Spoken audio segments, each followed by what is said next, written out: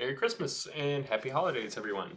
I have recently written a couple of papers going over some thoughts I've had on the problem of evil and articulating a theodicy that I think is well worth consideration for atheists and theists alike. So I thought I would read out those papers here today, just so that it's easier for people to listen to rather than actually going through the process of actually reading. So yeah, and I'd appreciate any feedback people have regarding this theodicy. This is my first paper. The Participation Theodicy, the abstract. Why does God allow gratuitous evil to occur? In this paper, the author puts forward a variation on the greater good theodicy, which, rather than suggesting that every evil which occurs brings about some greater good, the paper instead argues that for any great world God could have created by himself, God's generosity would instead motivate him to allow creatures to participate in the bringing about of that great world. This scenario would require God to initially create a world that was less than as great as it could be, opening up the possibility for evils to occur, so that the creatures that would inhabit said world could causally contribute towards its achieving of greatness. Such a world would feature the goods of participation that would otherwise be lacking in any world God were to create by himself. There's a story associated with a first century Jewish rabbi, not Jesus, which can provide a novel response to the problem of evil. This rabbi, Rabbi Akiva, was confronted by several Roman pagans mocking the Jewish Orthodox practice of circumcision. Why didn't God create men already circumcised, they asked, if that's how he wanted us to be? In a classical rabbinic fashion, Akiva answered this question with another question. Tell me, whose works are greater, man's works or God's? Confused, the Romans answered, obviously God's works are greater than man's, since God creates from nothing, whereas man can only create from what is already there. Rabbi Akiva adamantly shook his head in silence. He then plucked some heads of wheat from the ground and showed it to them, saying, this here is a work of God's hands, unrefined, disgusting, barely edible. He then dropped the wheat to pull out a loaf of bread from his bag. And this here is the work of man's hands, delicious, warm, and fulfilling. Truly, man's works, which take what God has already started and goes about finishing them, these are greater than God's. Because man's works lift up God's works, which by themselves would remain unfinished and imperfect. What are we supposed to draw from this story? That God creates the world unfinished just to leave mankind with something to do? No. Rather, we should instead think that there's something greater about God's work being done by his creation than if God were to do that same work all by himself. To lay out the argument more explicitly, drawing from this likely apocryphal event, the participation theodicy I'll be defending in this paper contends that for any great world God could have created by himself, this world would lack the intrinsic good of participation on the part of creatures contributing towards the production of such a great world. And considering that God, as the greatest possible being, would be maximally generous, God would be willing to share the good of participating in the creation of a great world with others, even if this would entail creating an initially less than great world with creatures within it, so that those creatures could causally contribute towards bringing about that great world.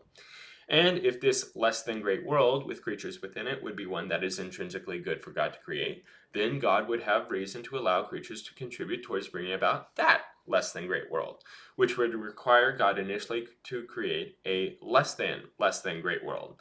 This chain of participation would eventually either stop at a threshold of goodness or at a point at which it's impossible for creatures to participate any further, such as in the initial creation of the first creatures, since no creature can participate in the creation of itself. This theodicy maintains that we happen to find ourselves in the midst of one of these less than great worlds, which God created us within so that we, our ancestors, their ancestors, etc., could each causally contribute towards the eventual bringing about of a truly great world. So, for any good state of affairs or world that God could bring about on his own, we can ask three questions to see if it would be morally permissible for God to bring about some world other than that wherein the eventual goods it will have are initially lacking. 1. Would it be good for creatures to bring about that world? Could creatures bring about that good world? 3. Would it be good for God to allow creatures to bring about that good world? If the answer to all three of these questions is yes, then God would be morally permitted to bring about such a world, wherein the eventual goods it could have are initially lacking. So, for example, let's suppose that it would be good for God to create a world wherein all rational agents were in a consensual, loving relationship with God. Would it be good for creatures to contribute towards bringing about such a world? It would seem the answer is yes, since such a relationship with God would represent the highest good that could be had for rational agents, and it would be good for creatures to bring about this highest good, since doing so would bring about something intrinsically good. Could creatures contribute towards bringing about such a world? Yes, in order for a relationship to be consensual, all parties within it must be willing for it to occur. Furthermore, rational agents are capable of willing such a relationship that is for their ultimate benefit, and some non rational agents are capable of producing rational agents. But would it be good for God to allow creatures to participate in the bringing about of such a world? Yes, since by allowing them to participate, God would be expressing the virtue of generosity towards creatures, giving them the opportunity to help bring about intrinsic goods, and thus share in the praiseworthiness for such actions. So we can see that it would be morally permissible for God to initially bring about a world in which not every rational agent is in a consensual, loving relationship to God, so long as the creatures within that world could causally contribute towards the eventual state of affairs in which all rational agents were in such a relationship. Thus, we can see how this theodicy also provides some resources towards responding to the problem of divine hiddenness. Now, the problem of evil. Before addressing the major objections to this theodicy, we should first articulate a version of the problem of evil which this theodicy might address. The argument from gratuitous evil. If God existed, then our world would not contain any evils which were unnecessary for the bringing about of greater goods. 2. Our world does contain evils which are unnecessary for the bringing about of greater goods. Therefore, 3. God does not exist. The participation theodicy will primarily be targeting the first premise rather than the second, in contrast to certain greater good theodicies, but will still provide justification for the second premise's consistency with God's omnibenevolence. We can grant that if God were creating a world and everything in it all by himself, then yes, no unnecessary evils would take place, since God would know how to and would be motivated to create the world in such a way that would avoid these evils. But if God were motivated to allow creatures to causally contribute towards the creation of an ideal world where nothing wrong could ever occur, then those creatures would necessarily have to first exist within a non-ideal world. And in such a world, there would be possibilities of error that could occur. Errors unnecessary for the procurement of the good things that might be brought about, even errors which ran contrary towards the ultimate ideal good sought after by God. So, if premise 1 is suggesting that God would never allow a non-ideal world to exist, we can provide a reason to think that God would have motivation in line with his omnibenevolence to allow creatures to contribute towards the bringing about of a great world, with the caveat that allowing them to do so would require creating an initially imperfect world, wherein gratuitous evils can occur. And to respond to the second premise of the argument, while there do seem to be, and very likely are, particular evils unnecessary for the bringing about of good things, the world itself is justifiable for God to create because it is part of the process of allowing creatures to participate. Specific evils themselves might not contribute towards greater goods as a consequence, but the great good of participation a priori requires the general possibility for various evils to occur, even if the specific ones that do occur don't bring about a greater good. Objections. This paper will now respond to 3 strong objections to this theodicy. I'll try to best characterize each objection and then respond accordingly. Objection. While this theodicy might give God justification for creating a less than ideal world, it doesn't justify God creating a world with evils in it. For evils are things which are themselves worth avoiding or preventing from occurring, such as pain or immoral acts. God's knowledge and benevolence would motivate him to prevent these evils. For God to knowingly create creatures within a world where they will inevitably suffer is itself an immoral act for him to do. So, God could not do this. To elucidate this point, imagine a scenario like in the Saw film franchise, in which the villain kidnaps and imprisons his victims inside of a torture chamber. But this torture chamber is carefully made to allow the captives to eventually causally contribute towards their escape. This jigsaw-like mastermind would obviously be immoral for doing this, and so too would God be for creating us in this world where torture and hardship are a certainty, even if the hardships will eventually be overcome through creatures' causal contributions. Response. The reason that it's immoral to put people into torture chambers, even if the people within it could causally contribute towards their escape, is because to escape a bad set of circumstances is only an extrinsically good thing to do. The reason for the kidnapped victim to leave the prison is not something that is worth doing in and of itself, but is only worth doing in consideration of avoiding the negative things that will happen to them if they do not leave. Whereas a world that it would be morally permissible for God to create, according to this Theodicy, is one where it would be intrinsically good for creatures to help bring about, where the participation in bringing about of an ideal world is worth doing for its own sake. One such intrinsically good world might be one where only doing very bad things will make a creature feel bad, since such a world would feature some sort of natural motivation in place to disincentivize negative behavior. So, in order for creatures to contribute towards bringing about that type of world, it would have to initially be such that sometimes creatures will feel bad even when they aren't doing things that are very bad. Since, in order for creatures to causally contribute towards bringing about X, those creatures must first exist in a world in which X is not the case. Objection. Supposing that it's a good thing that God creates creatures in a less than ideal world, so that those creatures can causally contribute towards the bringing about of that ideal state. And each less than ideal state would also be good for creatures to causally contribute towards bringing about. So God has reasons to create the state initially less good than that. Wouldn't this line of reasoning continue going further and further back to where all creatures initially suffer the worst possible suffering that they could, so long as they can still causally contribute towards the ease of that suffering by slowly but eventually bringing about an ideal state of the world? But obviously, creating such a hellish world would be immoral for God to do. Yet, the principles within this theodicy would suggest that it would be morally permissible for God to do this. So, we should reject the principles behind this theodicy. Response. The principles behind this theodicy requires three things.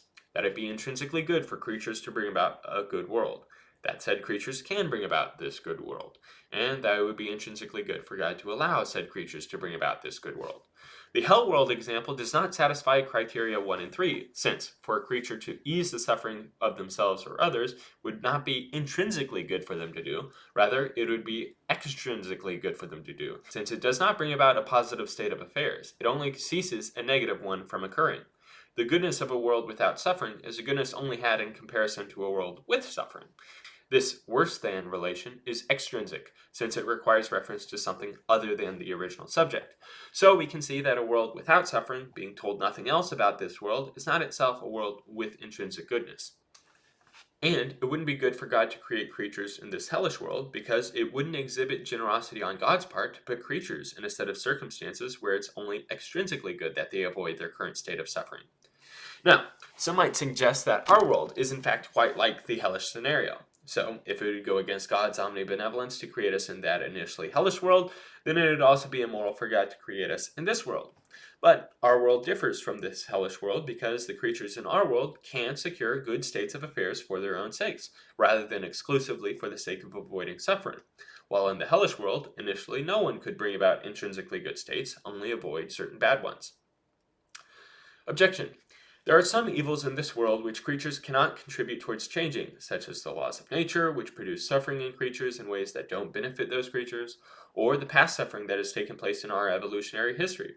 Since creatures can't contribute towards the idealization of these states of affairs, God would still be on the hook for bringing them about, making this theodicy incomplete in accounting for all types of evils. Response.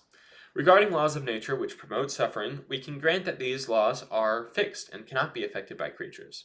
However, if it would be good for God to create a world with laws of nature which only promoted flourishing, and God could do this on behalf of creatures due to their requesting this of Him, in prayer, let's say, or through their intentions, then there is a sense in which creatures can contribute towards the bring about of this ideal world.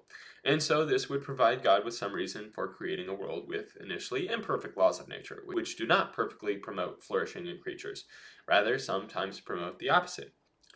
Another possibility is that creatures will eventually be able to exist harmoniously in nature despite the laws it has, and God allows creatures to contribute towards bringing about that world, which requires them to first exist in a world disharmonious in nature.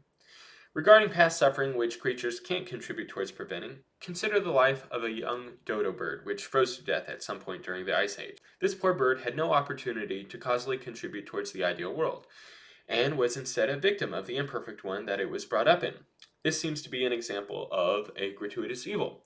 Yet, God still acted generously towards this creature, since God allowed it to be a member of the process behind bringing about an ideal world, since part of that process is going to be a world where some creatures are incapable of contributing, in order to eventually bring about a world in which all creatures can contribute. Were this dodo bird capable of seeing the part its existence played in the broader picture, it would recognize that it was good that it could come to exist, even if that bird personally wasn't able to contribute towards any good things. Whether or not God actually does grant such creatures a rational nature in the eschaton goes beyond the scope of this paper, but so long as a world where some creatures can't contribute is a world worth creating, so that the other creatures within it could contribute towards a world where eventually all creatures can contribute, then God would be morally permitted to create such a world. I will conclude this paper with another analogy for this Theodicy. Imagine it's Mother's Day, and a loving husband wants to do something special for his wife, and so decides to wake up early to make breakfast in bed for her. The father could do this all by himself, but he could instead wake up the kids so that they could help out, and also show their love for their mother. So he wakes up the kids. Some of them choose to stay in bed, but the youngest ones do agree to help him make breakfast for mommy. He assigns the kids with tasks that they can accomplish, but given their limited skill set, they aren't always going to be the very best at them. For example, there's some shells mixed in with the scrambled eggs, the butter isn't properly smoothed on the toast, and there are seeds left in the orange juice. The father could step in and fix all these mistakes made by his children, but in doing so, he would partially deprive their agency and diminish the amount that they actually contributed towards their mother's breakfast. And even though the mother's breakfast will not be as good as it could have been if the father had made it entirely by himself, the mother still appreciates the partially crunchy eggs and burnt toast because she knows that her kids made them out of a love that they had for her. So too, the participation theodicy offers this explanation. God allows us to imperfectly contribute towards the conditions of the world, so as to provide us and all the creatures we share this world with the praise that is due from causally contributing towards the wonderful world that this world could eventually become, through the help of God, who works all things together for the good. So that is the end of my first paper. I will now read my second one, which is a little bit longer and goes into a little bit more detail. The Participation Theodicy by John Buck. Abstract. If there is a good God, then why do we find gratuitous suffering? This Theodicy offers as a response to this question the idea that the best sort of thing God could do would be to create the very best type of world for creatures to inhabit. But for creatures to be spontaneously generated in an ideal state of the world would be for them to miss out on helping God bring about that ideal world. So God, being generous, would have good reason to initially create creatures in a non-ideal state of the world, so that they could contribute towards bringing about its idealization, so that they too could do the very best type of thing that they could have done. But of course, in non-ideal worlds, evils can occur which don't serve any purpose, thereby being gratuitous. Nonetheless, God's being all-powerful can mitigate those evils going forward and restore what once was lost for creatures. Imagine it's Mother's Day, and a loving husband wants to do something special for his wife, and so decides to wake up early to make breakfast in bed for her. The father could do this all by himself, or instead he could wake up the kids so that they could help out, to also show their love for their mother. So he wakes up the kids. Some of them choose to stay in bed, but the youngest ones agree to help make breakfast for mommy. He assigns the children with tasks they each can accomplish, but given their limited skill level, they aren't always going to be the best at them. For example, there's some shells mixed in with the scrambled eggs, the butter isn't properly smoothed on the toast, and there are seeds left in the orange juice. The father could have stepped in to fix all those mistakes made by his children, but in doing so, he would have partially deprived them of their agency and diminished the amount that they actually contributed towards their mother's breakfast. And even though the mother's breakfast will not be as good as it could have been if the father had made it entirely himself, the mother still appreciates the partially crunchy eggs and burnt toast, because she knows that her kids made them out of a love that they had for her. I'd like to put forward that this is analogous to God's relation to the world. God allows creatures, whom he loves, to imperfectly contribute towards the conditions of the world, so as to provide those creatures the opportunity to help bring about the ideal world God would like to create. God certainly could have created this ideal world all on his own, without any sort of contribution on our part, but instead he decided to allow creatures to share in the glory of bringing it about. But of course, in order for them to do so, those creatures would have to first exist within a non-ideal world, the sort of world where things do not go ideally yet. But the suffering and evils which do occur can nonetheless be used by God to causally contribute towards the wonderful world this world could eventually become through the help of God, who works together all things for the good. Before laying out the argument exactly, I'd like to set the stage somewhat by defining some terms. By the term God, I mean an all-knowing, all-powerful being who has a purely good character. By atheism, I mean the notion that it is false that God exists. By evil, I mean something which is worth avoiding. By good, I mean something that is worth having. By ideal, I mean it has only things worth having and nothing worth avoiding. By character, I mean a disposition to act in such a way. By intrinsic, I mean it is this way solely in virtue of the way that it is. By extrinsic, I mean it is this way partially in virtue of the way that something other than it is. Just to provide some quick examples for those last two, it would generally be understood that a person's height is intrinsic to them. You are 5'10" in virtue of the features your body has. And it's generally understood that a person's tallness is going to be extrinsic to them, since in order for you to be considered tall, you'd have to be considered in relation to others that have a shorter height than you. You might be tall in comparison to kindergartners, but short in comparison to basketball players, despite having the same height across both situations. I now like to apply these uses of intrinsic and extrinsic to the notions of good and evil. There are some things that we can call good in an extrinsic sense. That is, they are good in comparison to what is not good, or not as good as that thing. For instance, we might say that it's good that no one was injured in an accident, but the reason it's good is because it would have been very bad if someone were injured. So the goodness of lack of injury is due to the comparison against something worse than that, an injury occurring. But there are some things which are intrinsically good. That is, we don't need to make any comparisons to other things in order to say that this thing is worth having or experiencing. For instance, the feeling of happiness or pleasure is a good thing, something worth seeking out and having. Even if someone was always in a state of happiness and could never change in this regard, it would be good that they were in that state of happiness. Their happiness wouldn't be something good in virtue of the thing that they were avoiding, since it would be impossible for them to not be in that state of happiness. I'd also like to clarify what is meant by a purely good character. This doesn't necessitate that every action they do will have a positive effect. For instance, imagine someone with a purely good character, but who is either not fully capable or not fully informed of the facts. They might unintentionally bring about some bad effects due to those other limitations, but because they intended to do something good, they retain their good character. It's not the case that a person's character is besmirched because they weren't able to do the good thing that they tried to do. So, what it means to say that someone has a purely good character is that they always only ever intend things to occur which are good, or to intentionally only ever bring about states of the world that are good. This should be sufficient to lay out the reasoning to the Theodicy. Here's a simple argument. God could create an ideal world while God retained a purely good character. If God could create an ideal world while God retained a purely good character, then both God and creatures could create an ideal world while God retained a purely good character. If both God and creatures could create an ideal world while God retained a purely good character, then there could be an initially non-ideal world with creatures while God retained a purely good character. If there could be an initially non-ideal world with creatures while God retained a purely good character, then some evils could occur while God retained a purely good character. So, some evils could occur while God retained a purely good character. And in this argument, A stands for the sentence, God creates an ideal world, and the sentence B stands for God retains a purely good character. In this argument, C stands for God and creatures create an ideal world. B stands the same. D stands for the sentence that there is an initially non-ideal world with creatures within it. And E stands for the sentence, some evils occur. So, therefore, we get the conclusion, possibly it is the case that some evils occur, and God retains a purely good character. So let's quickly clarify some things. The argument's conclusion is very weak. All it's saying is that the existence of evil is compatible with God's benevolence. This is a point that many within the philosophy of religion have argued has already been resolved. The problem of evil is no longer an issue of logical compatibility, and has instead moved into a question of evidential plausibility. That's fine. Right here, I'm first wanting to show how the Theodicy resolves the logical problem.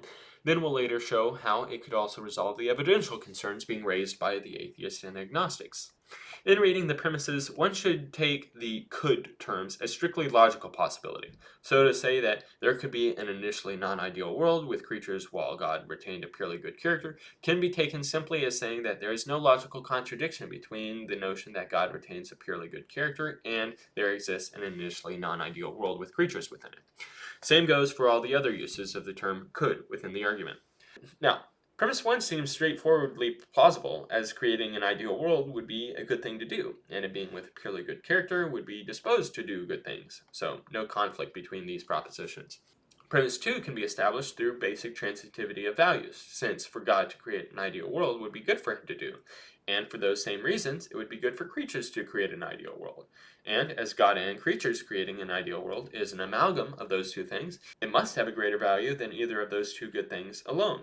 And as to do something better than what one was already morally permitted to do must also be morally permitted, God allowing creatures to contribute must also be consistent with God's pure character of goodness.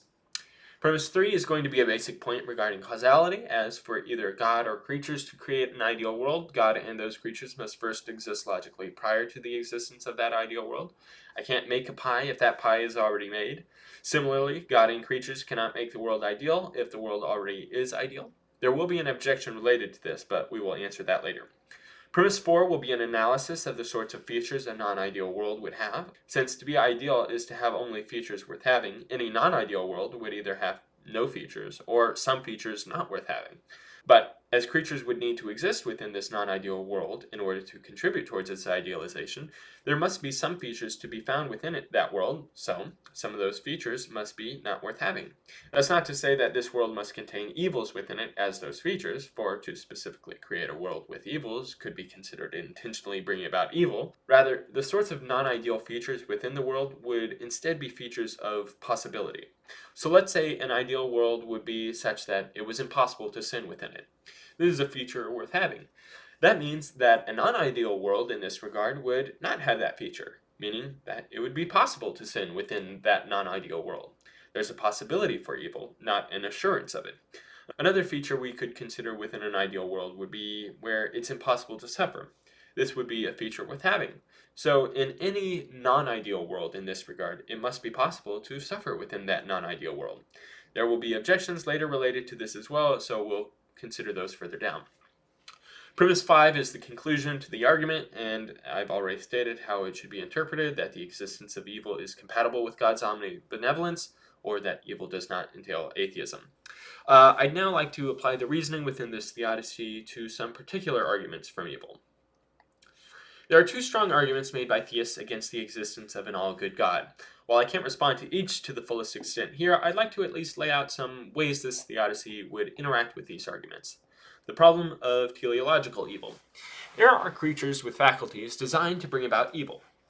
If God existed, there would be no creatures with faculties designed to bring about evil. So, God does not exist. The defender of this argument could make the argument weaker by saying that it's very unlikely that God exists in the face of this evidence, but that makes no difference as the Theodicy can respond to both versions of the argument. Now, premise 1 can be illustrated with many examples within nature, from the sharp teeth of carnivorous animals, the venom of snakes, or the reproduction strategy of parasitoid wasps, which will sting and lay their eggs within a tarantula or a caterpillar that will continue living until the eggs have hatched, and their larvae will eat their way out of the animal while it's still alive. These features of nature are surely not the product of a benevolent designer. Theists might attempt to argue that such faculties are a result of the fall, either of angels or of men, but that's not our response. Some theists might also argue that these faculties aren't themselves evil because they serve some biological purposes, which are good. But we can grant that they are actually evil, as defined earlier, since the function of these faculties is to produce harm or suffering in the victim. Premise 2 of this argument, however, presumes that if God is going to create anything, he will only ever create a world initially within its ideal state. But as it would be good for creatures to contribute with God and bring about an ideal state of the world, say where no animal predation can occur, God could allow creatures to contribute by bringing them into existence within a world that initially does not operate ideally, and where predatory faculties could develop within nature. So, since premise 2 is false, this argument from teleological evil would not go through. Now, I'm sure the defender of this argument will have more to say in response, but this paper is primarily written to introduce the participation theodicy as a potential answer to the problem of evil and its variants, where further discussion and consideration will need to continue going forward. The problem of divine hiddenness. There are non-resistant non-believers. If God existed, there would not be non-resistant non-believers. So, God does not exist. Again, this argument could be remade into an inductive or abductive argument so that the conclusion isn't as strong, but it won't affect how this theodicy responds. Premise 1 might be controversial to some theists who hold to specific interpretations of Christian commitments, but that's unnecessary for this theodicy. It's better to grant as much common ground as possible with your interlocutor as it is. Premise 2, however, is making the same mistake as the last argument, assuming that God could and would only ever create an ideal world initially, and not include creaturely participation in bringing it about. But since it would be both good for God to create an ideal world where all rational creatures could be in perfect relationship with God, as well as being good for creatures to create a world where all rational creatures could enter into relationship with God, it would be better for God to allow creatures to contribute towards the bringing about of that world. But such would require creatures initially existing within a world in which it was not the case that all rational creatures could enter into relationship with God whenever they decided to. This might mean the non-ideal world is such that rational faculties are not perfectly designed to be aware of God from creation, or that they are lacking knowledge of natural theology, or just that the love of God has not yet been expressed to them via the acts of others. There are a variety of ways in which creatures could theoretically contribute towards the knowledge of God in each other. So, in order to allow creatures to participate in the procurement of that good thing, it would be better for God to initially create the world as non-ideal in this regard. And for premise 3, even if we say it's unlikely God exists in the face of non-resistant non-believers, this would still presume that it's better for God to act alone in making his existence known to his creation, when it is instead better that God make himself known through creaturely participation, even if such would require creation not initially existing within an ideal world where rational creatures are always capable of becoming aware of God's existence whenever they desire to. Now, I'd like to go over several objections to this theodicy. Creaturely participation without evil. The objection goes that evil isn't actually necessary for creaturely contribution. God could have orchestrated the world in such a way where creatures could contribute, despite never having existed within a world where evils could occur. 3 possible ways this could occur would be, 1, for creatures to just be a sustaining cause of the world remaining ideal, where the world initially exists in an ideal form, and its remaining so depends upon creatures keeping things in order, so that it is always good to exist in this world. And if for some reason creatures were to fail or to neglect their duties in sustaining the world in its ideal form, God could simply step in to ensure things never got off tracks. 2, creatures could initially exist within a neutral and or ideal state of the world, but they had the power of adding good things to that world, thereby making it better, or they had the power to generate new worlds by their actions, and so genuinely create new ideal worlds for other creatures and themselves to inhabit. And 3, God could have, through his foreknowledge, as well as through establishing the laws of nature, perfectly set the conditions of the world to ensure that every failure on the part of creatures actually led towards an overall benefit, so that while technically evil things could have occurred, as in it's possible, they never would have occurred, because God meticulously preordained the world to prevent any instances of suffering or evil from actually occurring. Response.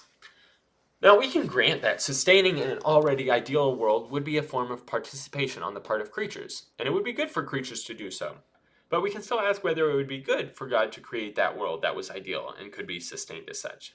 Since if it would be good for God to create such a world, then we could also say that it would be good for creatures to create such a world. That would be a good thing for them to do. And so, any world which initially starts off non-ideal, but eventually becomes ideal in such a way that its remaining so is due to the contribution of creatures, is going to be better than the world that just starts off already ideal, since the former world would also include the latter, but also includes the good shared between creatures and God of creating that good world. Just like how it would be good that a parakeet exists who enjoys eating seeds, it would also be good to create that parakeet. By having a world with both creation and sustaining, you have more goods than just sustaining.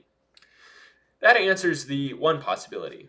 2 can be answered similarly, for if we say that it would be good for God to create creatures in an initially neutral world where things always go well, then it should also be good for creatures to create such a world. So, then it would be better for both God and creatures to create such a world, since that includes both types of goods.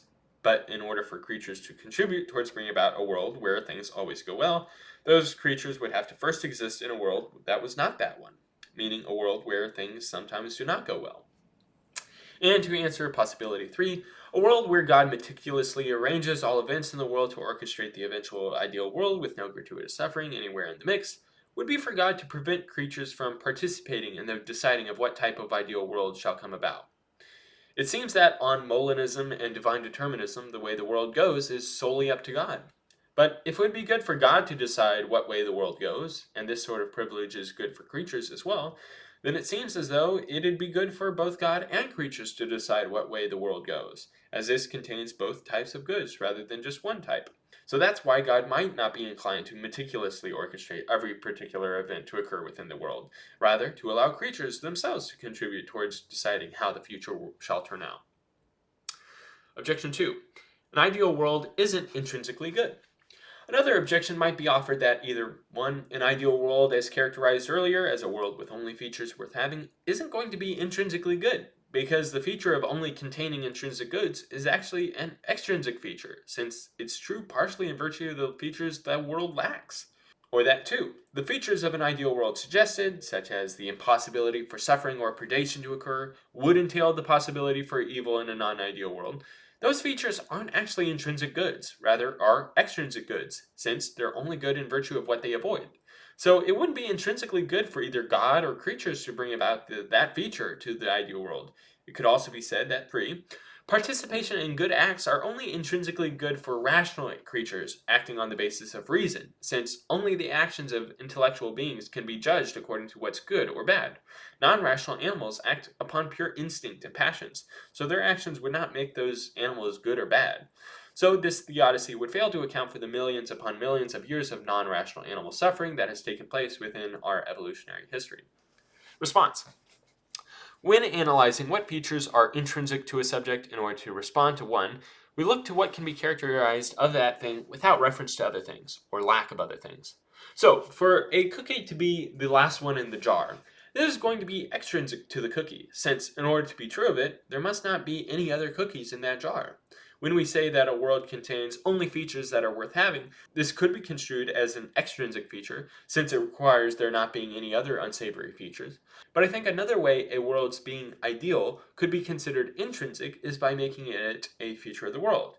Since a world is going to be a collection of mutually consistent propositions instantiated in reality, at least this is the definition of a world I'm stipulating for our purposes, for a world to be ideal is that there are some propositions instantiated of things worth having, and something about that world which prevents propositions which would be worth avoiding from being instantiated.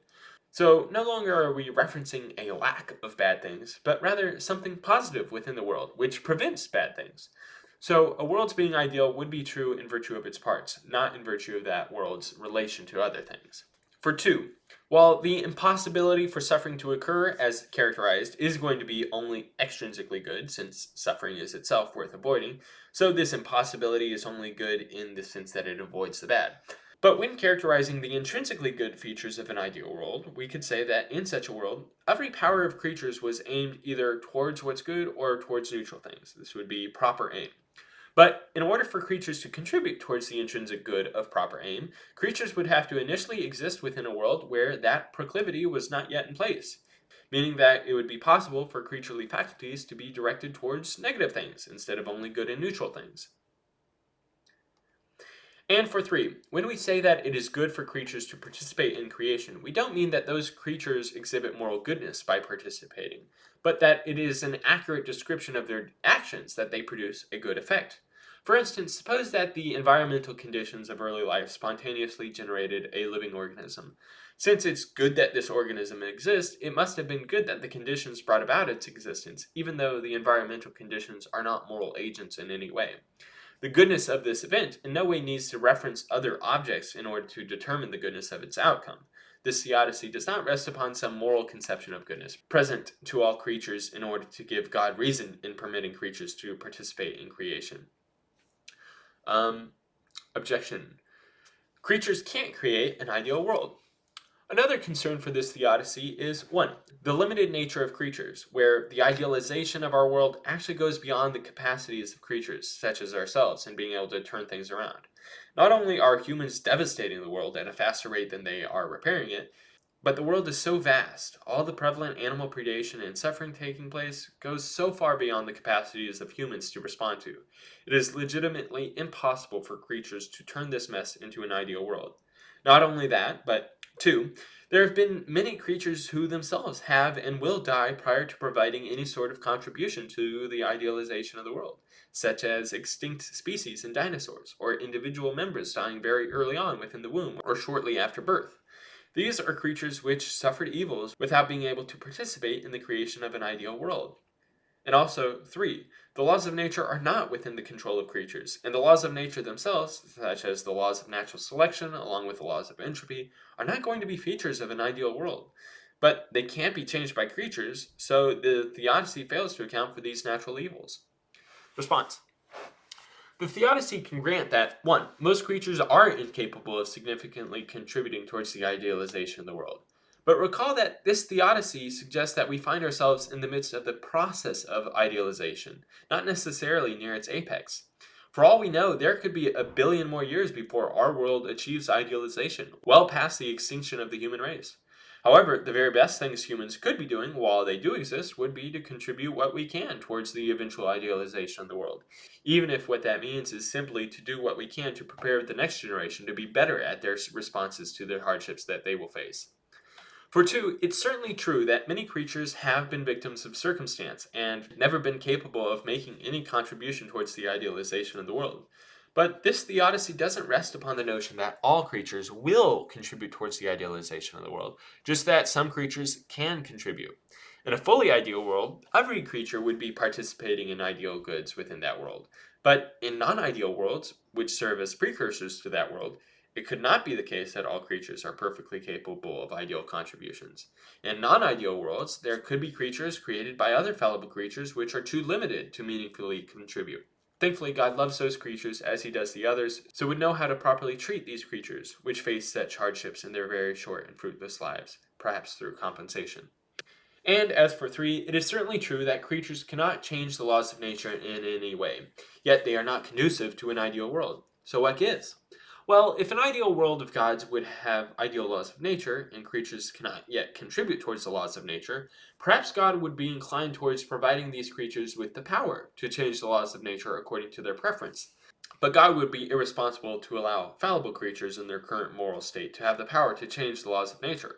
So God should first allow creatures to achieve a purely good moral character, which they could do through their own creaturely participation. So God has reason to create them initially with ambiguous moral characters, which they can then refine through their actions for future responsibilities granted to them. Another objection. Creaturely contribution isn't worth the suffering. The final objection I'll be covering, and perhaps the most difficult, is simply going to be the suggestion that, 1. The evils of the world are so devastatingly horrible that they do not outweigh whatever goods there might be from creaturely contribution. It would be immoral for God to trade off the suffering of innocent creatures just so that very few others could make minuscule amounts of improvement upon the world in ways that will most likely be undone by others over time. 2. If someone like us were to create a universe with millions upon millions of years of non-human suffering, and then extravagant human suffering, such as that of genocides and wars that have taken place, we would rightly think that this person was the most despicable person we could imagine, even if their reasoning for creating such a world was for the good of creaturely contribution. So this must indicate that creaturely contribution is an inadequate justification for all the various evils that we observe. Response. I think that this objection gets at something right. 1. The trading of suffering for greater goods is not the appropriate ethical stance to consider for a being that is both all-powerful and all-good, as God is. Rather, God must respond to the particular suffering and injustices of individuals and compensate these victims for their oppressions. The Theodicy, in order to be complete, does need to incorporate some form of compensation made by God towards the creatures who suffer injustice. I've left this until the end because I wanted to avoid the impression that the compensational rewards are what justify God's allowance for evils in the world. That's not the case at all. God allows evils so as to provide creatures with the opportunity to help bring about an ideal world. God would then have reason to offer compensation in response to the types of evils that may contingently befall creatures during their lives. But God is not himself putting those creatures in those circumstances for the sake of any post-mortem rewards that he might give them afterwards. That would be making the suffering of creatures a means to an end. It would not be the sort of treatment that would be fit an all-good God. The reason, in 2, that it would be wrong for someone to do what God did in creating a world with so much hardship and suffering is that we creatures do not have the power to compensate those that suffer in those circumstances, nor to guide things towards their optimal outcome. Our power is fallible, so we can never perfectly ensure that all who face injustice are made right in the end.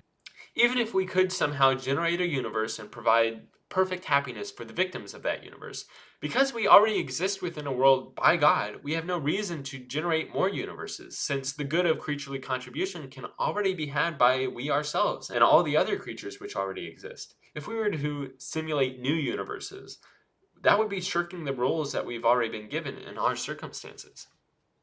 Further study. There's certainly much more that could be said, both for and against this particular theodical approach, but this paper is merely to introduce participation as a particular good worth considering in relation to the existence of evil in the world, not as an end-all be-all to the problem of evil. Two open questions that would need to be further developed for this theodicy. Just how much is this theodicy unique versus it being derivative from prior theodicies, such as, is the participatory response to 3 that was made at the top of page 10 essentially boiling down to John Hick's Iranian soul-building theodicy? As I'm saying that a creature's participatory power level is only fitting insofar as they are a responsible moral agent. So are God's reasons for evil in fact derived from his desire to create creatures that are morally good? The Christian doctrine of theosis could relate to this concern, and perhaps participation could be used to motivate the doctrine from within natural theology. The other open question is whether this theodicy is more so a defense or an actual theodicy. Are the various evils we observe merely consistent with the existence of an all-good God in light of considering the goods of participation? Or does the existence of God in conjunction with the goods of participation predict the various evils that we observe? If the various evils we observe are actually predicted by participation being such a great good, would that then make the evils we observe actually evidence for God's existence, which could contribute towards a cumulative case favoring theism over atheism? For if this theodicy gives us reason to expect to observe an upwards trajectory of increasing value across time, both in quantity and quality, since this would express exponential creaturely contribution, and if we were to compare this prediction with the predictions made on the indifference of naturalism, where many more types of trajectories of value could occur, going up or down or staying stagnant, then the actual upward trajectory of types and quantities of good things very slowly increasing within our past history of the visible universe should perhaps favor a theistic or theistic adjacent hypothesis over that of a naturalistic one. I'll leave these questions and others up to the reader to ponder on. Thank you for your attention.